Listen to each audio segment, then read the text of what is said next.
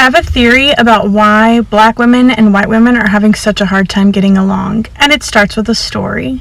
When I first started teaching, I was in a teacher training program with 3 other women. 2 of them were black and 1 of them was Indian, and we started teaching at the same school, the same grade, at the same time.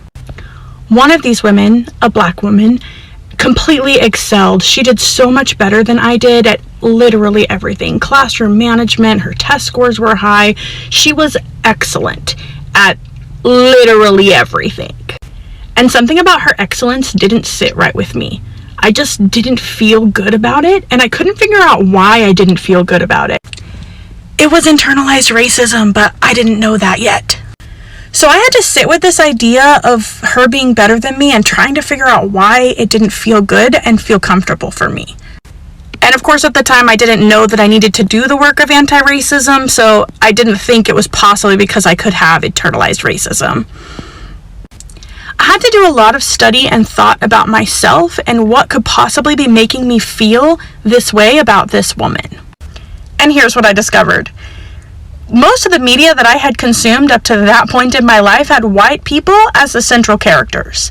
And the shows and other media that I consumed that had white women at the central characters often had black women as the side characters.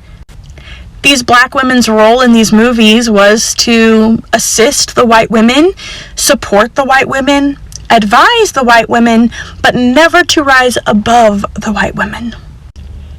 Even shows that were about black women, like The Help, had white women as the central character and the black women as supporting characters. So I internalized the idea that black women were there to support me and to advise me, but not to rise above or become better than me. And that's why when this black teacher was way better and more talented than me, I felt some kind of way about it. Now, I'd imagine lots and lots more white women have also internalized the same idea, and that's why they feel okay stealing black women's content and not giving them any credit, because the black women are just there to advise them anyway. Yeah, man, everything's racist. Think about it. Your streets are named after prominent racists in your city, state, or throughout history. Washington, Jackson, Jefferson, Lee.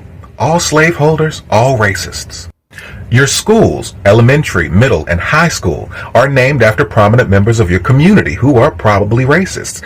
Take mine, for example. My middle school was named after Forrest Comer White, a white supremacist who tried to commit murder-suicide by airplane, and our school mascot was a Confederate rebel. Even your institutions of higher learning have their roots in racism. Harvard, Yale, and Brigham Young University is named after racist Brigham Young, who tried to eradicate Native Americans by poisoning them.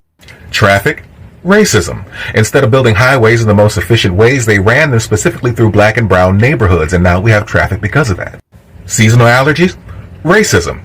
It's the beautification of the white parts of town with only male trees that continuously pop off pollen with no female trees to absorb them. That's why you have seasonal allergies.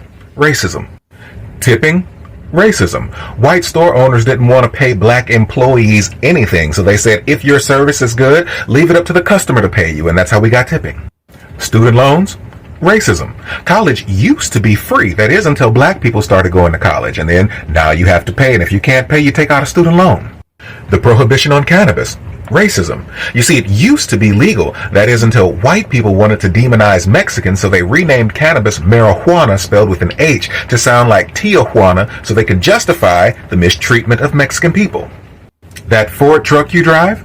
Racism. Henry Ford was so racist that Hitler had a picture of him at his desk. He was inspired by the efficiency of his assembly line and used that efficiency to efficiently kill more people. He also got the inspiration for his gas chambers from America's gassing and delousing of Mexican migrants at the border. Argentina is 96% white because of racism. Mexico is known as a mestizo country because of racism. And brown people all around the world are bleaching their skin because of racism's twin sister, colorism. Cancer rates in the South? Racism. You see, they like to build petrochemical plants near black and brown neighborhoods, thus giving us higher rates of cancer than those around us. Matter of fact, right here in Louisiana, Mossville, Louisiana, used to be a thriving black town founded by black people, but it was later bought out by a petrochemical plant and bulldozed. Racism. It affects every part of our daily lives. And until we acknowledge that, we can't change it because we can't change what we refuse to acknowledge. And that's why racism continues to thrive in this country, because we've raised generations of people to be willfully ignorant of it.